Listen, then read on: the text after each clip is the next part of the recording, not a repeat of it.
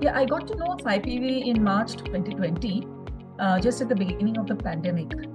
As it came from a credible source, that is an alumni of IIM Bangalore, I was willing to give them a shot.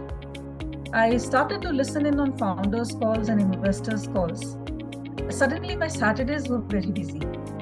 Initially, the idea was that I would listen in and see how things work for a few months, but I was convinced in a few weeks, and I decided to jump right in and invest.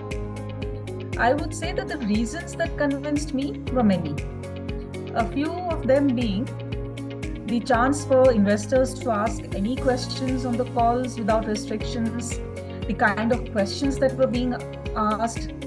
These convinced me that the investors were people who know the startup world, the domain, and come with so much experience. The due diligence that was done and the data shared on the investors' call and the depth of information showed the amount of work that went on behind the scenes. I saw these consistently across all the startups that came in. Also, there was no pressure to invest from IPV. It was totally up to us. I invested in a variety of startups across domains, and IPV has made the process actually very simple.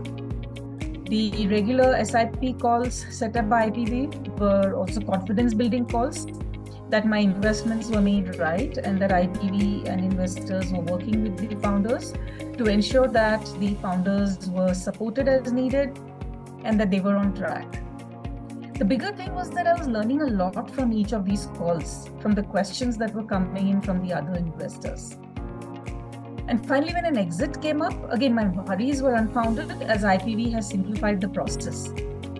I just had to confirm I wanted to exit, and when the process was completed, the money came into my account.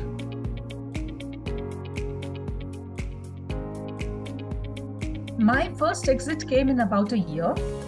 I had invested in June of 2020, and in October to November of 2021, I got an exit. IPV gave the option of staying invested or exiting.